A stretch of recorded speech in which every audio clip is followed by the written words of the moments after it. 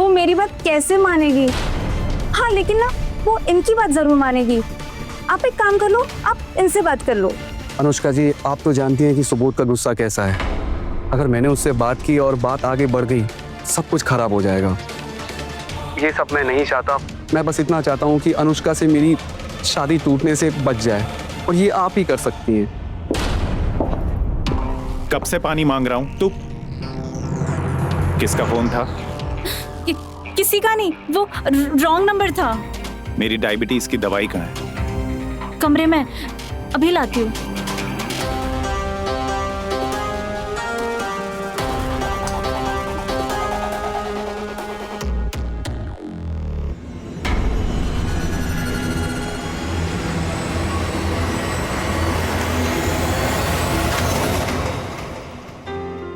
परी, बेसन के लड्डू तुम्हें बहुत पसंद है ना? बेसन के लड्डू तुमने बनाए? हाँ, खास तुम्हारे लिए। क्या बात है, चलो धीरे धीरे ही सही, कुछ सुधार तो आ रहा है। परी, वैसे तुम में और जीजा जी में ऐसा भी क्या झगड़ा हो गया जो तुम घर ही छोड़कर आ गई? तुम एक बार, बस एक बार उनसे बात तो करके देखो, शायद सब ठीक हो जाए। और देखो परी, ऐसी ना छोटी छोटी बातों पर कभी रिश्ते नहीं तोड़ा करते। तुम एक बार, बस एक बार उनसे बात तो करके देखो। अच्छा, तो तुझे अपना वकील बना के भेजा है उस महेश ने? हाँ? नहीं मम्मी जी, मैं तो बस ऐसे ही कह रही थी। अरे दिमाग तो तेरे पास वैसे ही नहीं है, फिर दूसरों के मामले में चौधराइन क्यों बनती हो? परी के मैटर से तो तू दूर ही रह। पहले तू अपनी शादी संभाल ले। अपने भाई से बात की तूने हवन की? ऐसा ना हो सुबोध तुझे ही छोड़ दे। परी के पास तो उसका घर है, और तेरा भाई तो तुझे 4 दिन भी अपने पास नहीं रखेगा, समझी? इसलिए अगली बार मुंह खोलने से पहले अपने भाई का जवाब लेकर आना।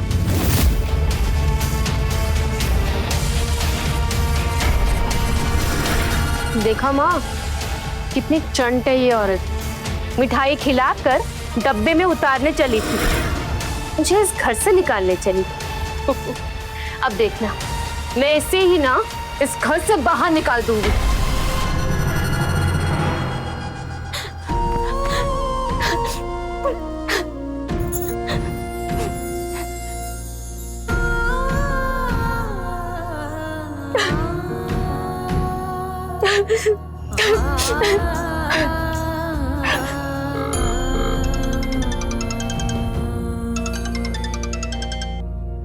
हेलो।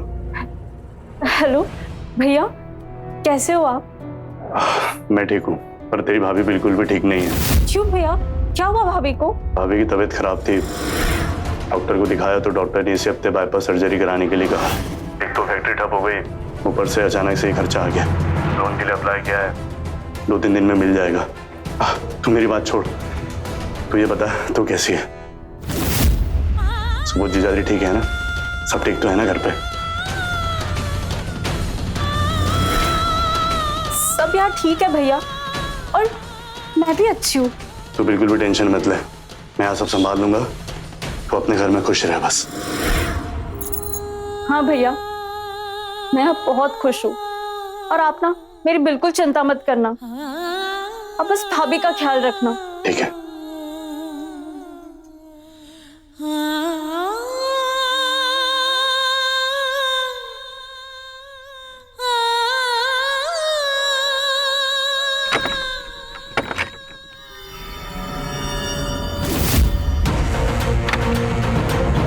ये सारे गहने। भाभी, भाभी,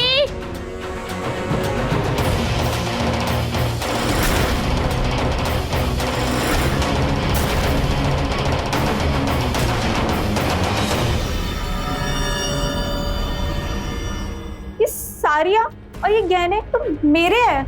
मुझ पर ज्यादा जच रहे थे इसलिए मैंने रख लिए। तुम्हें कोई शिकायत है ना तो जाकर भैया से बोल दो।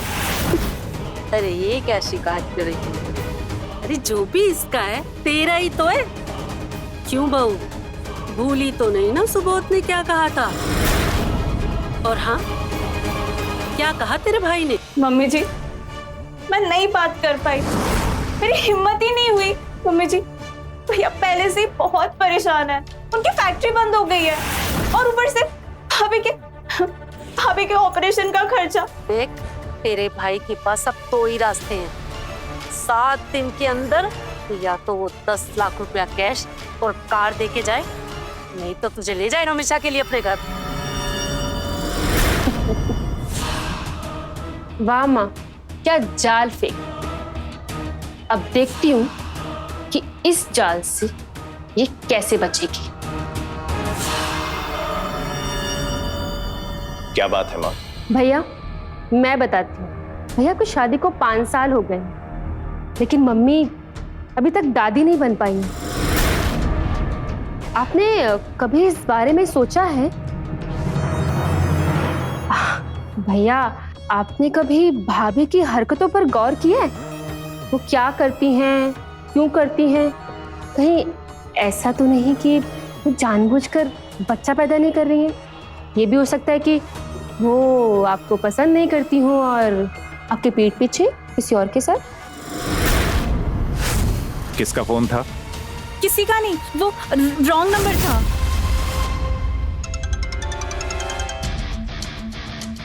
हेलो अनुष्का जी, मैं आपको कब से कॉल कर रहा हूँ, आप कॉल क्यों नहीं उठा रही हैं? आपने परी से बात की? आप प्लीज समझिए, आपका ऐसे बार बार कॉल करना सही नहीं है। हेलो हेलो,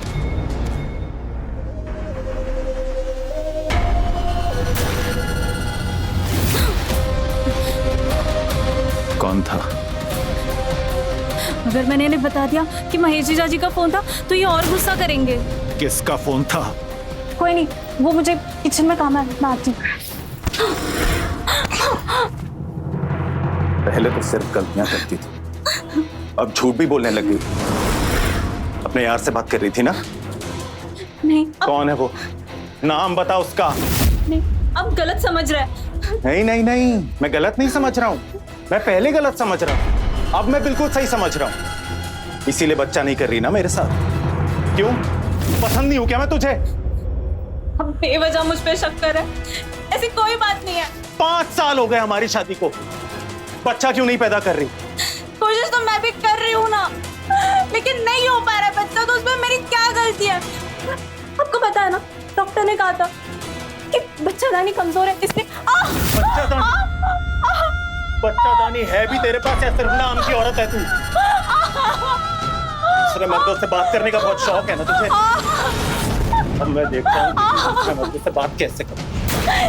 क्या कह रहे हैं? चल।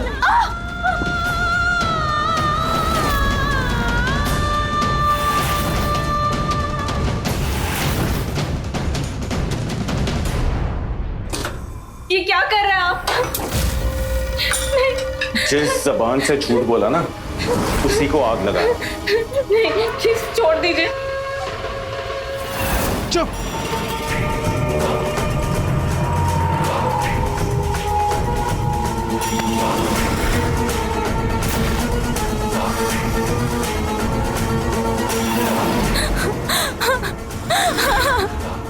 नहीं नहीं, प्लीज मुझे छोड़ दो।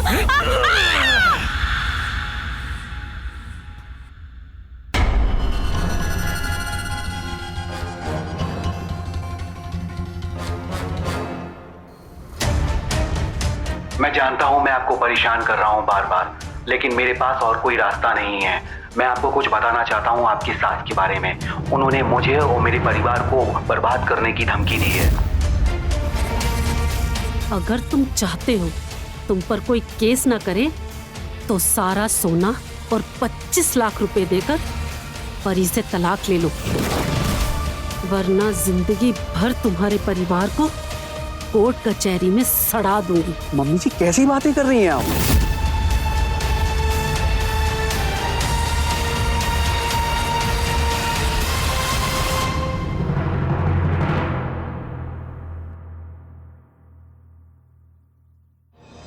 अनुष्का जी, आप यहाँ कैसे?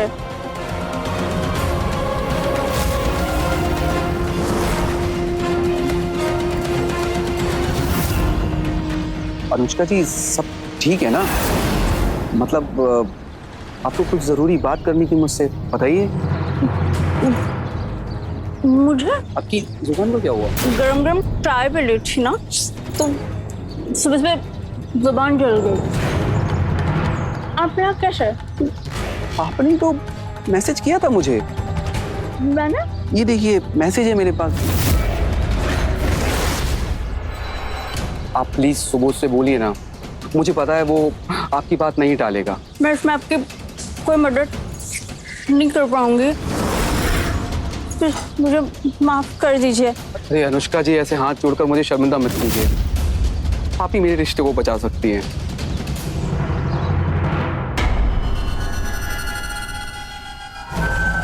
महेश, हाँ, पता नहीं कब से इन दोनों का हमारी पीठ पीछे चक्कर चल रहा था। अनुष्का तुम दोनों भाई बहन की जिंदगी के साथ घिनौना खेल खेल रही है।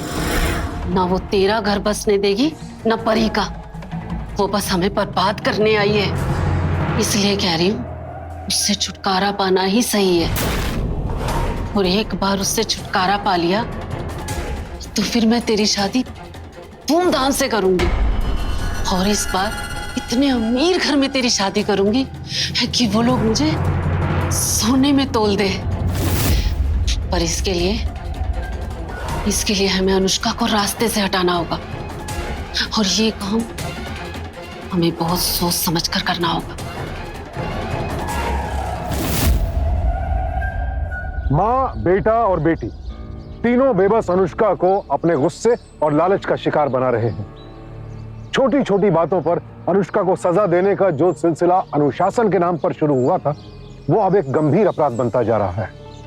और अब कनकलता ने बच्चा ना हो पाने की बात को बहाना बनाकर एक और घिनौना खेल शुरू कर दिया है। एक तरफ तो वो अपनी बेटी का रिश्ता तुड़वा रही है, और दूसरी तरफ सुबोध के मन में बहू के खिलाफ शक और नफरत का जहर घोल रही है। और बेचारी अनुष्का इस बात से अनजान है कि उसकी सास उसके खिलाफ कितनी गहरी साजिश रच रही है। आखिर अनुष्का के साथ होने वाला यह अत्याचार कहां जाकर रुकेगा, और क्या वक्त रहते वो अपनी सास के इरादे भांप पाएगी? कनकलता का अगला कदम क्या होगा? मम्मी जी, आप जो कहेंगी, जैसा कहेंगी मैं करूंगी। चुपचाप ना एक कोने में पड़ी रहूंगी बस। लेकिन मम्मी जी प्लीज मुझे मत मारिए। जी मरना नहीं है, जीना है। तो तेरे भाई ने पैसों का इंतजाम किया तो मर।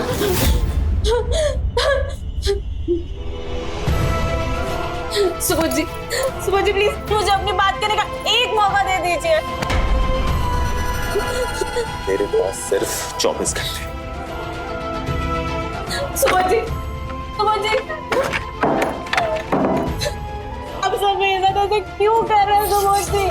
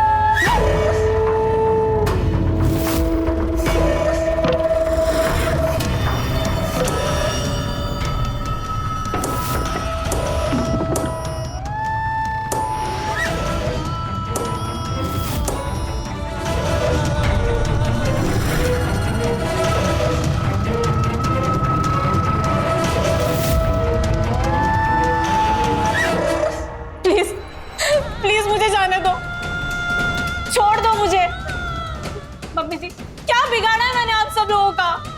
मम्मी जी, अगर आप सब मुझसे नफरत करते हो तो मैं ये घर छोड़कर चली जाऊंगी, लेकिन प्लीज प्लीज मुझे मत मारो। मैं आप सबसे मेरी जिंदगी की भीख मांगती हूँ, प्लीज मुझे जाने दो।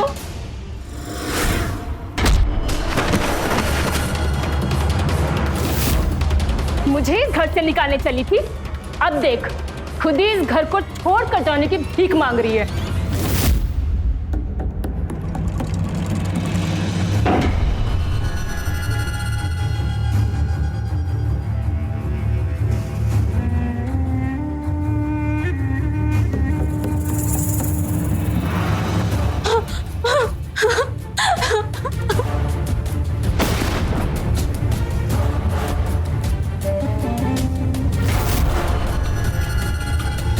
महेश के साथ चक्कर चला के तू मेरी और परी की जिंदगी बर्बाद करना चाहती थी?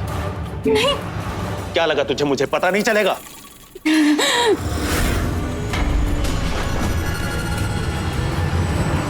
आज मैं तेरी ही जिंदगी तबाह कर दूं। क्या? मैं और जीजा जी? जी सुबोध, हम सबको कोई गलत फहमी हुई है। वो तो बस मेरी मदद मांग रहे थे। वो परी से बात करना चाहते थे। सुबोध, आप सब गलत समझ रहे हैं। मुझे मत मारो सुबोध। सुबोध, तू इसकी बातों में बिल्कुल भी मत आना, झूठी मक्कार है एक नंबर की। अब भैया ये झूठ बोल रही है, ये शुरू से मुझसे जलती आई है। भैया इसने मेरी जिंदगी बर्बाद कर दिया है। इस कलंक को खत्म कर दे आज। ये औरत जीने के लायक नहीं है। मार दे इसे, खत्म कर दे। मार सुबोध, मार भैया, मार दो इसे, मार।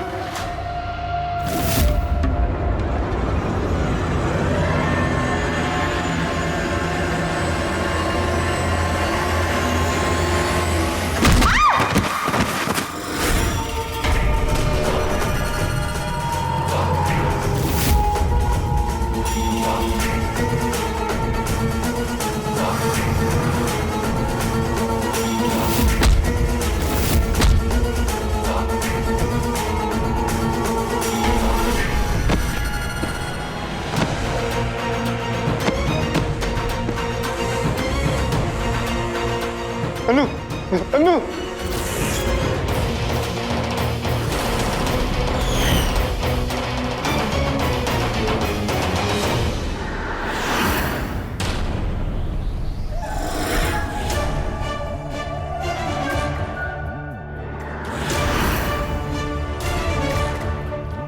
तुम तीनों ने इस लड़की को मार डाला। अनुष्का ने मरने से पहले अपना कन्फेशन वीडियो रिकॉर्ड करके खुद महेश को भेजा था।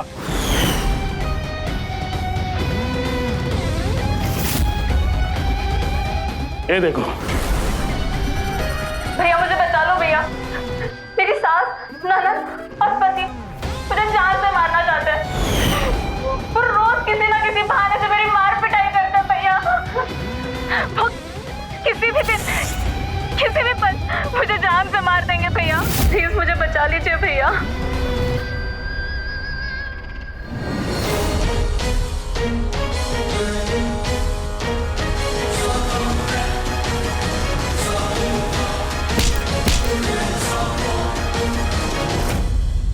इन तीनों दरिंदों के साथ अकेली जूझती रही और अकेली सहती रही।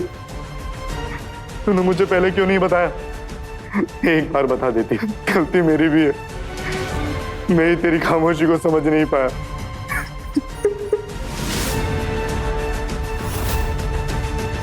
शक तो मुझे उसी दिन हो गया था जिस दिन मैं अनुष्का जी से अकेले मिलने के लिए गया था, लेकिन मुझे उसी दिन समझ जाना चाहिए था ये लोग गिरे हुए और नीच किस्म के लोग हैं, किसी भी हद तक जा सकते। समय रहते पुलिस को फोन करने पर शायद आज अनुष्का की जान बच जाती। सीना, सारे एविडेंस कलेक्ट करो और पोस्टमार्टम के लिए एम्बुलेंस को फोन करो।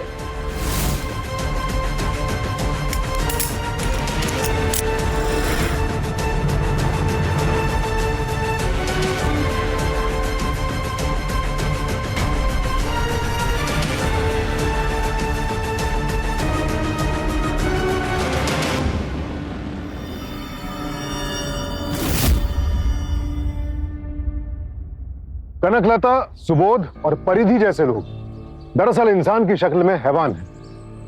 अनुष्का के साथ इन्होंने जो बर्बरता की है उसके लिए उन्हें घरेलू हिंसा और मर्डर के साथ साथ अन्य कई धाराओं में सजा होगी। अपनी घटिया मानसिकता की वजह से कनकलता ने अपना घर बर्बाद करने के साथ साथ महेश का घर भी तबाह किया और प्रतीक से भी उसकी बहन को हमेशा के लिए छीन लिया।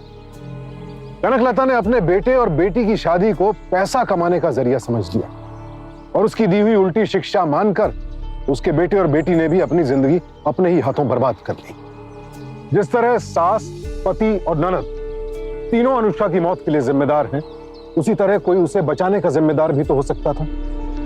अगर प्रतीक अपनी बहन पर शादी निभाने का दबाव न बनाता, अनर्गल अपेक्षाओं का बोझ न डालता, उसे यह विश्वास दिलाता कि वो उसके हर फैसले में उसके साथ खड़ा रहेगा, तो शायद वो भाई को सच बताने की हिम्मत जुटा पाता, अपराध के खिलाफ आवाज उठा पाता। लेकिन अफसोस, वो अकेली और बेसहारा ही रही। अनुष्का की कहानी हर उस औरत की कहानी है जो लाख दुख सहकर भी अपने ससुराल और मायके में सबको खुश रखना चाहती है और इसी कोशिश में सब कुछ सहते सहते एक दिन चुपचाप अपनी जिंदगी भी कुर्बान कर देती है। पर सवाल यह है कि हमारे समाज में महिलाएं इस अपराध को सहने के लिए मजबूर क्यों हैं? घरेलू हिंसा और दहेज जैसे अपराधों को रोकने का एक ही तरीका है कि बतौर समाज हम संवेदनशील, जागरूक और अलर्ट हो जाएं, ताकि कल फिर किसी अनुष्का को ऐसा दर्दनाक अंजाम न मिले। इसी संदेश के साथ अब मैं सुशांत सिंह आपसे विदा लेता हूं। कल फिर मुलाकात होगी एक और नई कहानी के साथ। देखते रहें क्राइम अलर्ट, टाइम आज का, क्राइम आज का। क्राइम अलर्ट, जुर्म के खिलाफ आवाज।